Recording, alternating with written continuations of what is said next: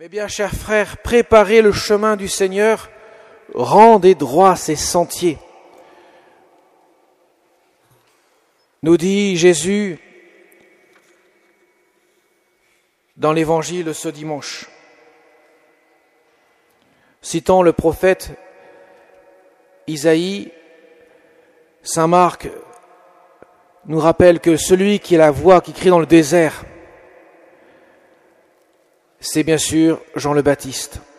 Isaïe, nous avons entendu la première lecture, nous dit aplanissez les montagnes, remblayez en quelque sorte les ravins, rendez droits les sentiers, afin que bien sûr la parole de Dieu puisse pénétrer notre cœur. Jésus est la parole de Dieu. Jean le Baptiste est la voix qui crie dans le désert. Jean le Baptiste dira, ce n'est pas moi le Messie, je ne suis que celui qui crie dans le désert. Mais vient celui qui est plus grand que moi, celui dont je ne suis même pas digne de lui défaire la courroie de ses sandales. Il faut que moi je diminue et que lui grandisse. Jean le Baptiste est le grand prophète, le prophète à la charnière de l'ancienne et de la nouvelle alliance. Jésus vient parler à notre cœur. Jésus veut demeurer dans notre cœur.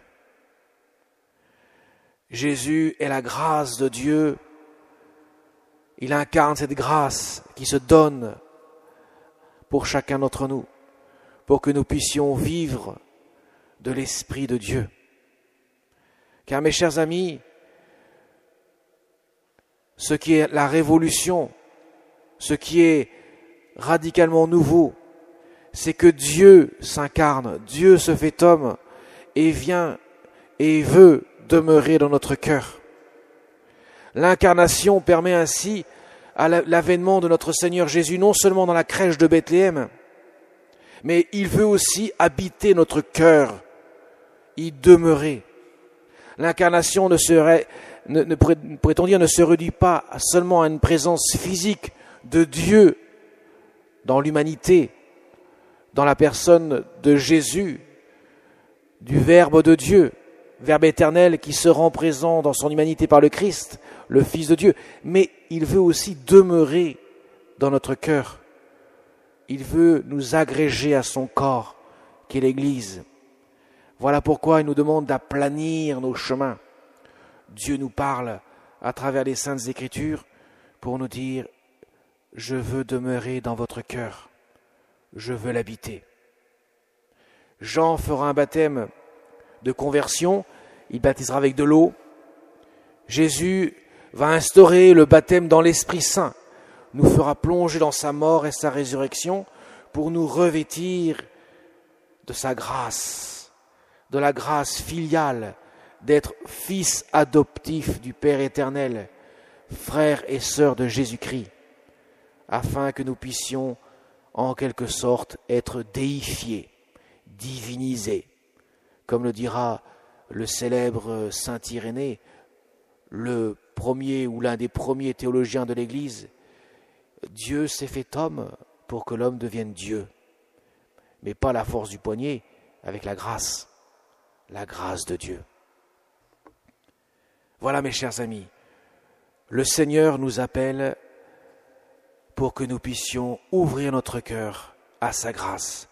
C'est le temps de la grâce, qui n'est pas le fruit de nos mérites, de nos œuvres bonnes, qui sont incapables de mériter la présence de Dieu. Les mérites viennent pas de nous, viennent de Jésus lui-même. Jésus nous a mérité dans sa croix la grâce. Quand nous posons des actes de charité, si elles sont vécues sans la grâce, ça ne sert à rien pour notre salut, dit Jésus, à travers saint Paul. J'aurais beau me faire brûler vif, s'il me manque l'amour, ça ne sert à rien. Cet amour qui vient de lui, de la grâce. La grâce est nécessaire pour le salut. Et ce qui est nouveau, quand Jésus dit « Je vous donne un commandement nouveau », ce n'est pas d'aimer. Il fallait aimer aussi dans l'Ancienne Alliance. Ce qui est nouveau, c'est le « comme je vous ai aimé ». Je vous ai aimé sur la croix. Je vous ai donc donné mon amour. Cet amour-là, vous le recevez en vertu de charité le jour de votre baptême, pour que vous puissiez aimer de mon amour. Je vous donne la grâce d'aimer de mon amour. C'est ça qui change radicalement les choses. C'est ça la révolution de notre Seigneur Jésus, qui vient dans notre vie et qui la change radicalement. Tous les actes que nous posons doivent être vécus dans l'amour de Dieu, dans la charité du Christ. C'est en ce sens-là qu'ils prennent une valeur méritoire. En aucun cas nos actes seuls sont la grâce, mais nos actes portés par la grâce deviennent méritoires. Parce que c'est le Seigneur qui mérite pour nous.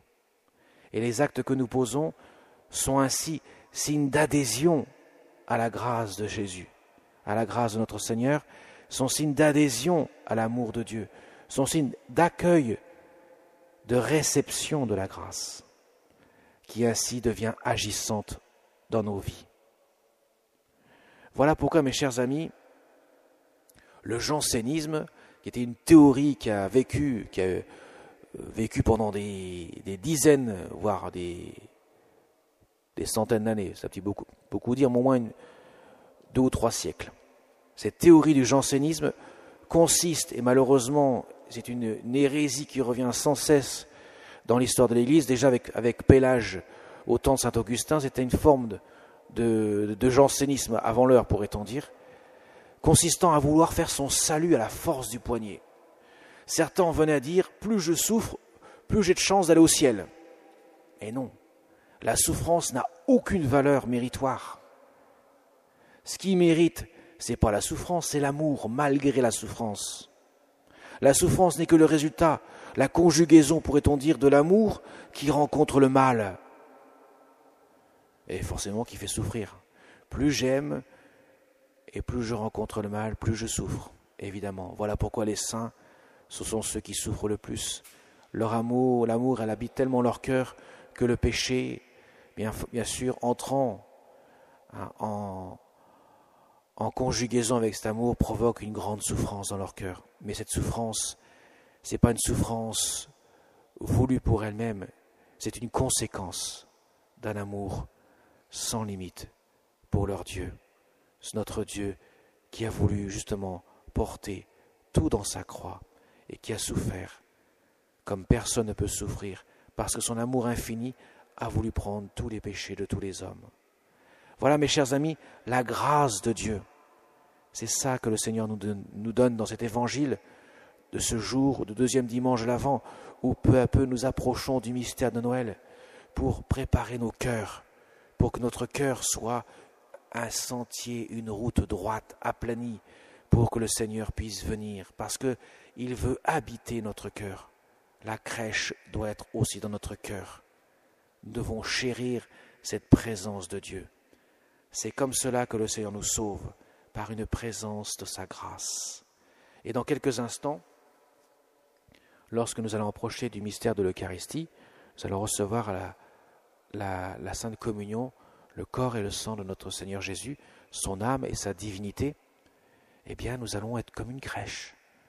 Nous allons laisser déposer dans notre cœur le mystère de la présence divine de notre Seigneur, de telle sorte qu'il vienne répandre les bienfaits de son amour. C'est cela la Sainte Communion, la présence divine de Jésus qui veut habiter notre cœur.